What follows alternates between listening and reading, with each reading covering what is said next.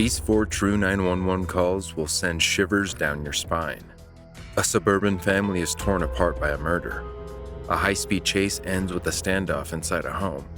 A calm mother calls 911 after stabbing herself and killed her 2 children. And a brave 5-year-old is awarded. Just hours after celebrating their 18th wedding anniversary, Sandra Garner made a call to 911 to report that an intruder shot her husband. 911, what is your emergency? I need somebody to come. I need the police. I need an ambulance. My husband's been shot. Okay, what happened there? There was a man here. And he shot him. And he told me not to call the police. And do you know where the male subject went? No, I was in the bathroom. And he told me to sit down and count to 100 and not to call the police until I got to 100. He said if I called y'all before he reached 100, he'd come back and kill me. Please hurry. I think he's still alive. He's making noises. Please. What can I do for him? You want to try to do CPR? Yes. Yes. I need to lay him flat on his back on the ground and remove any pillows.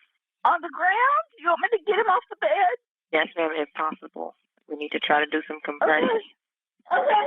He's on the floor. 1, 2, 4. 1, 2, 3, 4. 1, 2, 3, 4. Should I be here? They're on the way, ma'am. When the police arrived at the Garner residence in Maypearl, Texas, John Garner had been mortally wounded. The 42-year-old was dead on the scene. Distraught, Garner had to be carried from the bedroom to the living room by the police deputies.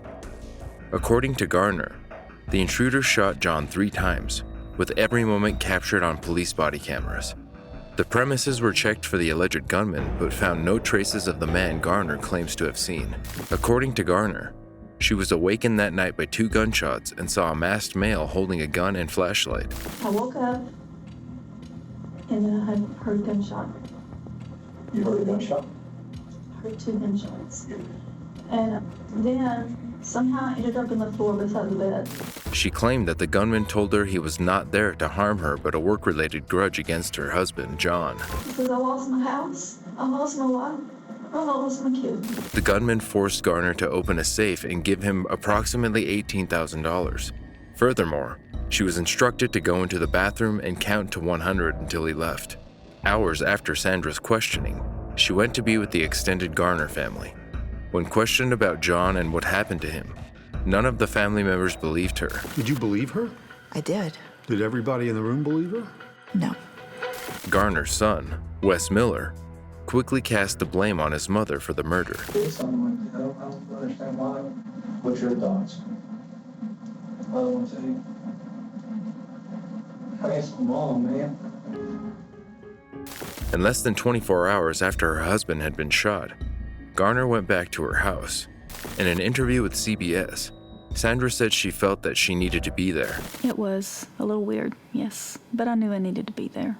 Why? I just felt like that's where John would want me to be. And I was really hoping that the guy would come back. You were? So I could kill him.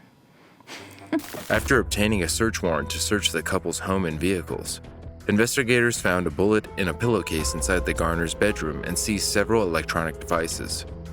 The investigators were shocked to learn that in the days before the murder, someone searched for "How can I kill someone as they sleep?"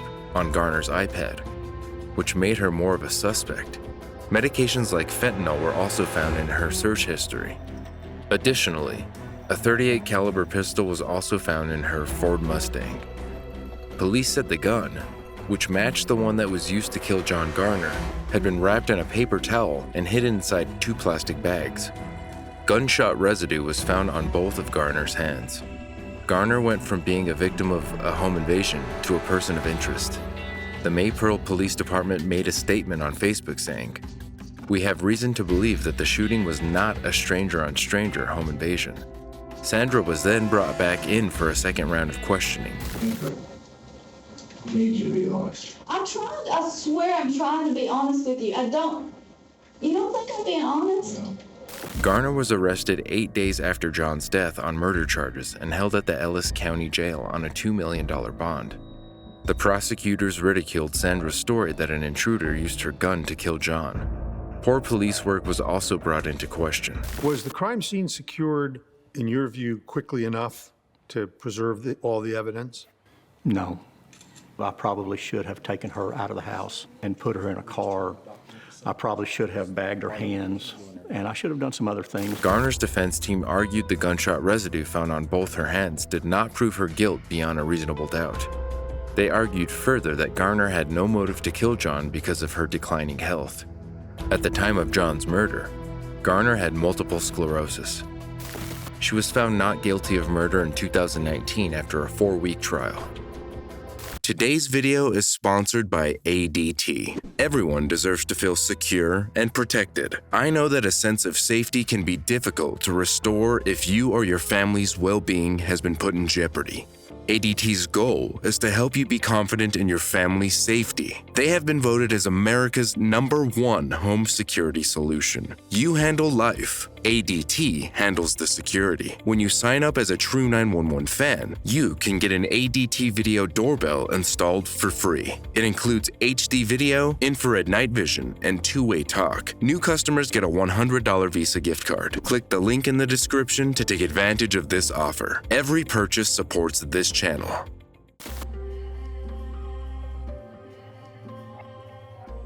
An Akron man was taken into custody after leading police on a high-speed chase that resulted in a standoff inside a home. In December 2017, the driver called 911 and stated he had a gun and would harm himself and his passenger if the pursuit continued. Hello?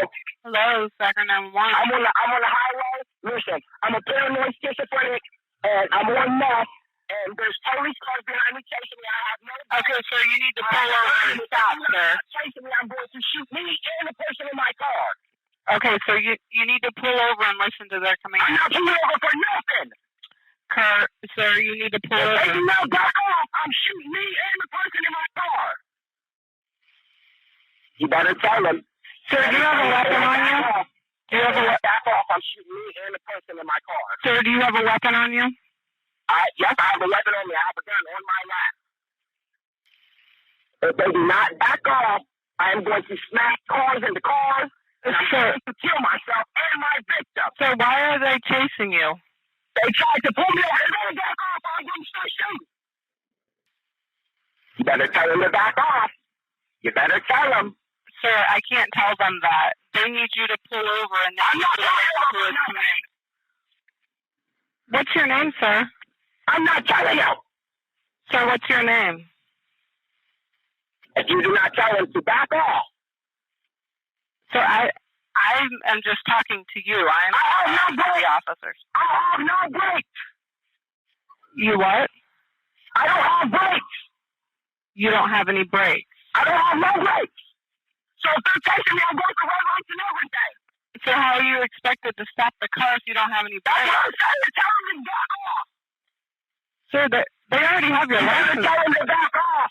Sir, they already have your license plate. They know where you live. Okay, that's okay. Well, tell them to come to my house and get me then. Bye.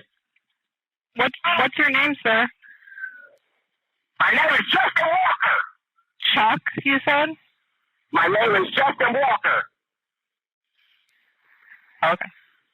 I don't have any brakes.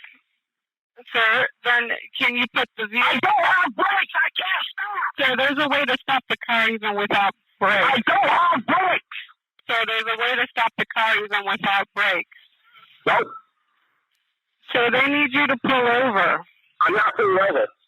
Well, then they're going to continue to follow you. Okay, then that's okay. It's not going to end well, sir. You need to stop. I don't have brakes. I can't stop. I'm not going to stop. And I am going to shoot myself in the head if they do not back off. Why don't you want to stop, sir? I told you I'm on meth. I'm scared. They can come to my house and get me. Do you want the paramedics? No, I want to send you the paramedics for your schizophrenia. To back off.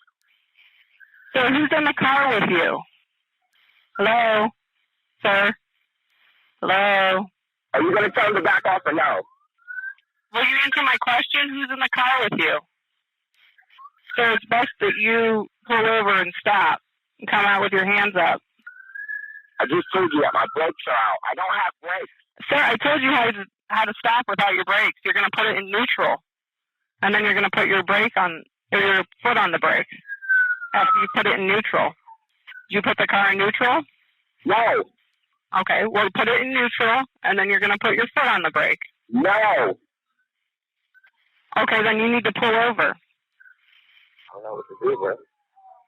The driver, later identified as 27-year-old Stephen Weddle, continued, leading officers on a chase through Akron's north and east sides, reaching 80 miles per hour. He crashed the car through a fence on Ripley Avenue and subsequently on the vehicle. Police dispatched a K-9, which he later assaulted and fled. He barricaded himself inside an abandoned home at the 200 block of Denison Avenue. Police officers deployed chemical munitions into the home to get Weddle to surrender. He was charged with willful fleeing, obstructing official business, resisting arrest, and assaulting a police animal and facsimile firearm. According to police records, Weddle had 2 prior warrants for escape, assault, and felonious assault. Weddle's passenger was detained and later released. Police officers found a BB pistol inside the vehicle. Court records do not say when Weddle will make his first court appearance.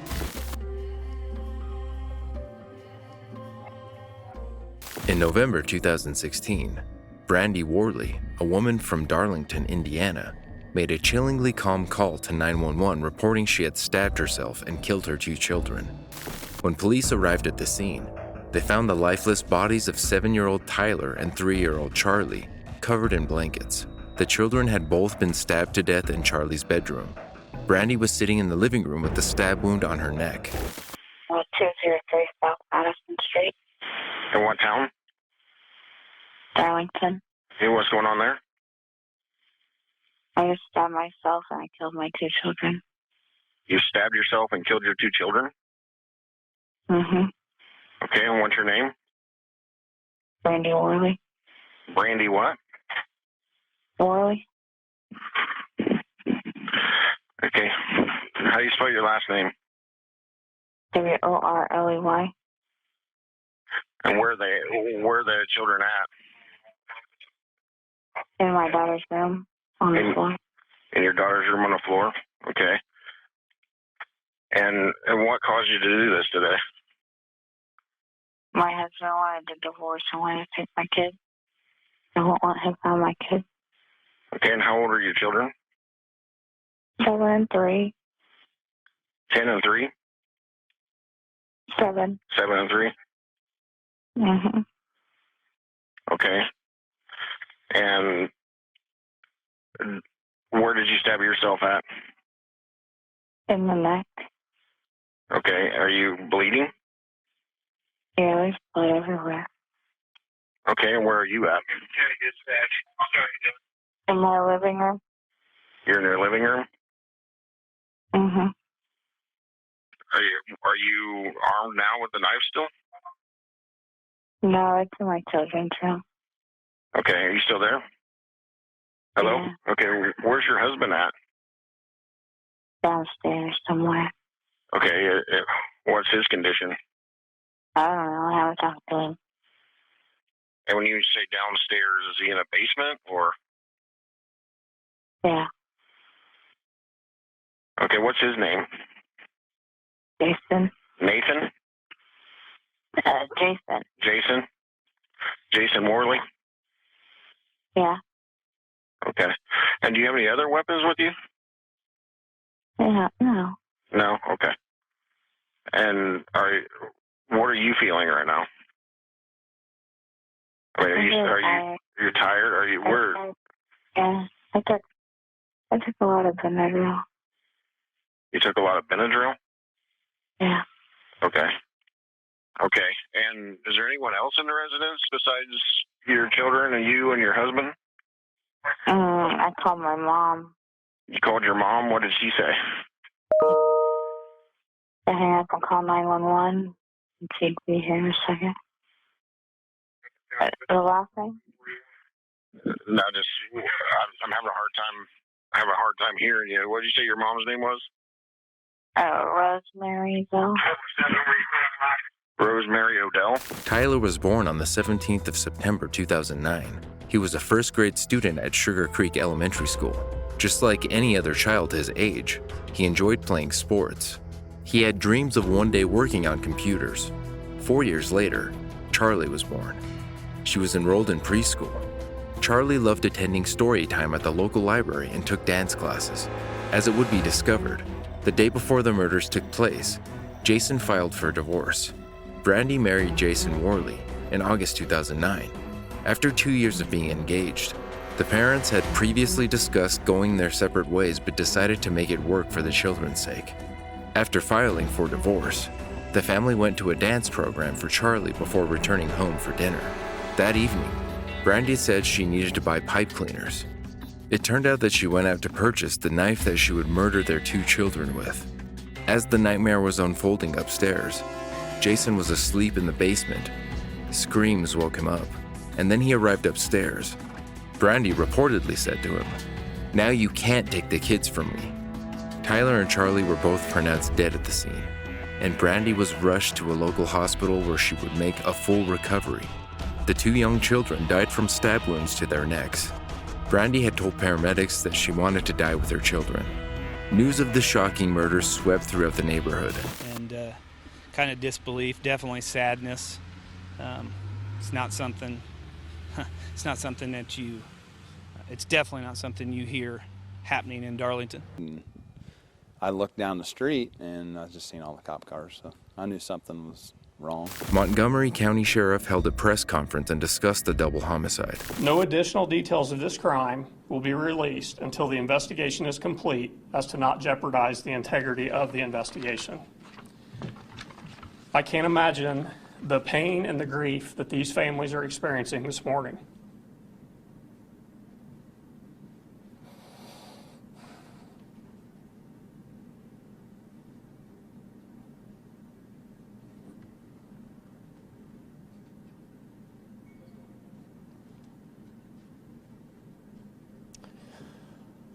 Please keep these families in your thoughts and prayers. I'll be happy to answer any questions I can. The funeral for Tyler and Charlie was held at the Darlington Community Center. Jason had set up a GoFundMe page to help him pay for the funeral and other expenses, and it would quickly swell to over $50,000. Brandy pleaded not guilty to the 2 murder charges, and her defense team put forward an insanity defense. The court ordered her to undergo a psychiatric evaluation, and a competency hearing was scheduled for the following year. The following year, however, Brandy changed her plea and instead pleaded guilty to 2 counts of murder. The sentencing phase would be held several months later. When given the opportunity to speak, she refused to apologize nor offer an explanation for her actions. The judge ultimately sentenced Brandy to 120 years in prison.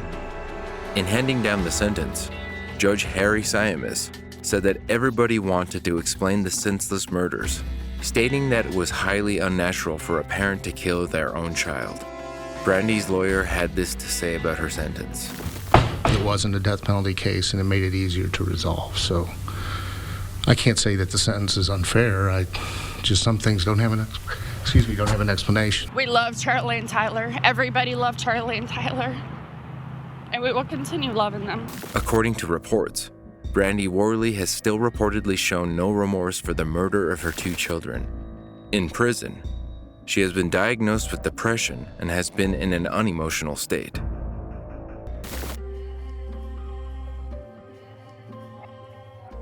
A 5-year-old girl miraculously saved her mother's life by performing CPR.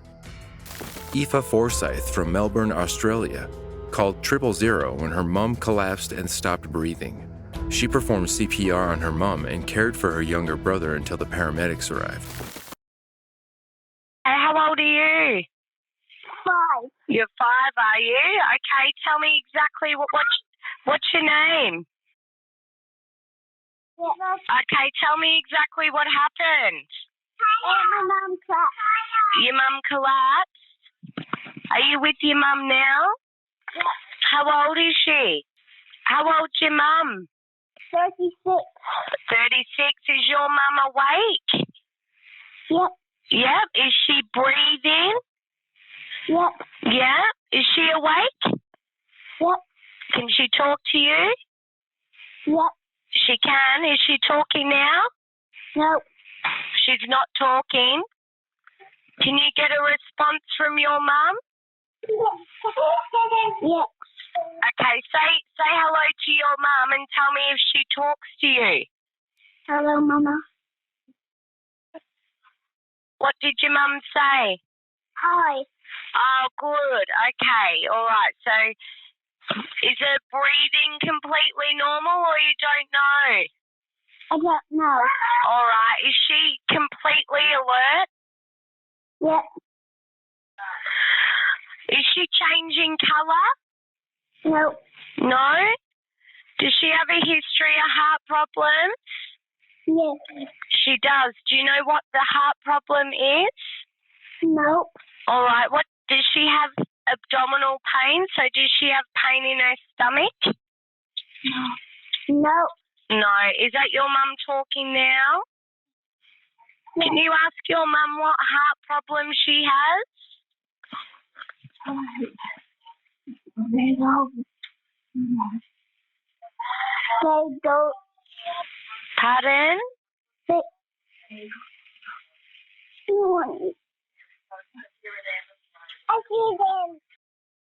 Accident.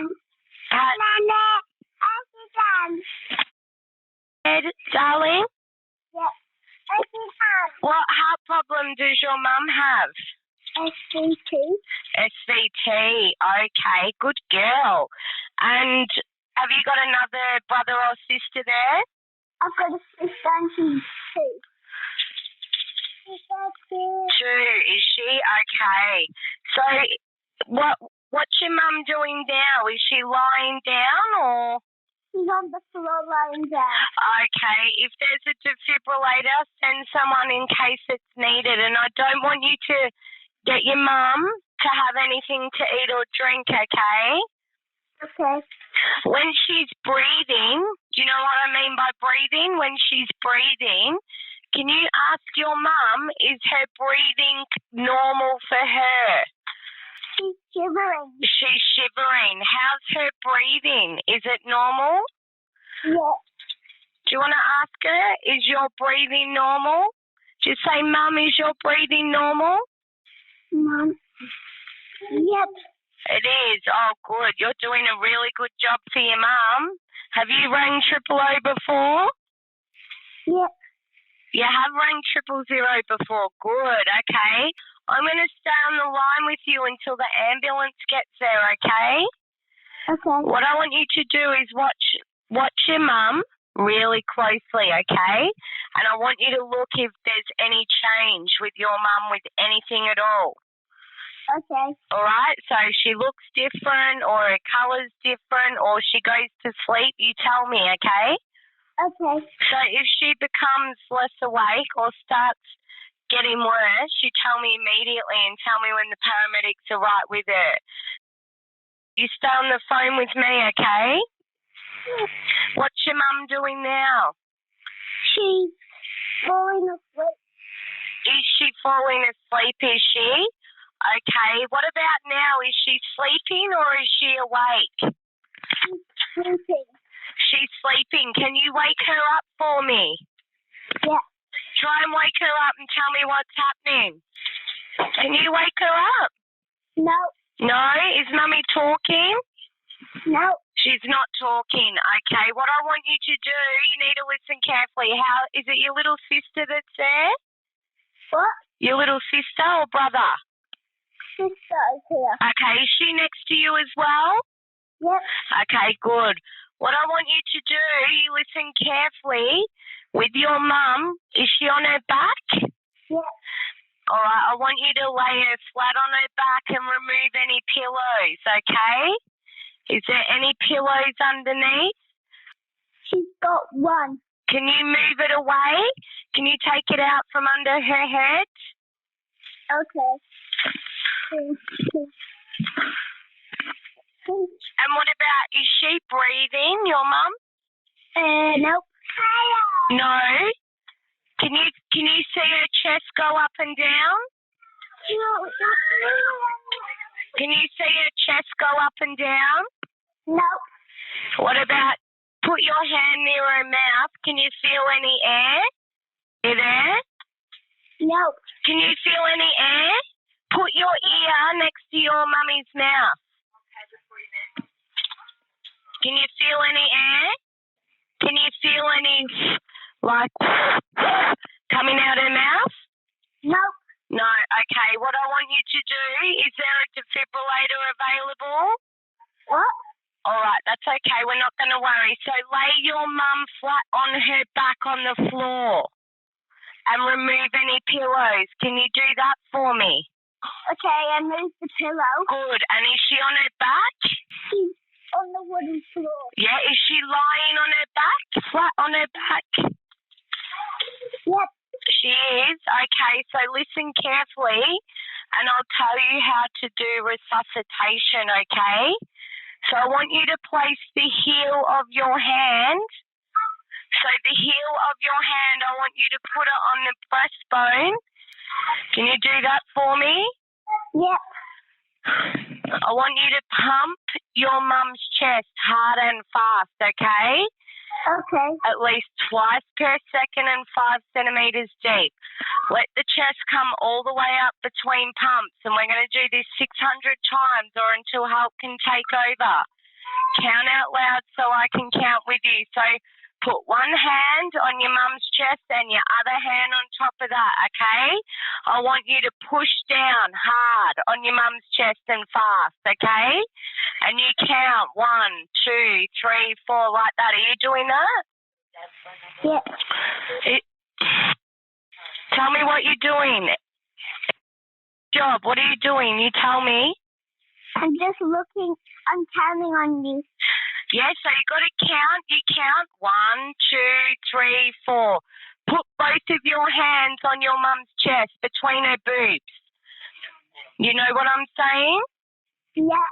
Yeah, so I want you to pump it. I want you to push hard on it with 2 hands. Can you do that? As her mother lay helpless on the floor, Aoife knew something was wrong with her mother. She sprung into action and dialed for help. The quick-thinking youngster sprung into action until emergency services arrived at their home. The softly spoken girl calmly listened as the operator instructed her over the phone to perform 600 compressions on her unconscious mom. In an interview with The Morning Show, Ms. Forsyth, who suffers from an existing heart condition, spoke about the terrifying ordeal that happened. She said, "On that day, I collapsed. I lost consciousness, and I was at home with Aoife and her little sister Kiera, who's 2. Aoife called 000 to call the ambulance. Aoife had been practicing the phone call with her dad in case of an emergency because her mother battles with a medical condition called postural orthostatic tachycardia syndrome. Ms. Forsyth said her illness caused her to collapse unexpectedly. Little Aoife received an award from the Emergency Services Telecommunications Authority for her brave actions that saved her mother. Minister Merlino said, "Victoria's brave junior 000 heroes remained remarkably cool, calm, and collected, and are shining examples of how preparing children for an emergency can save lives." Don't forget to like this video if you found it interesting, and subscribe to join us in the next episode of True 911.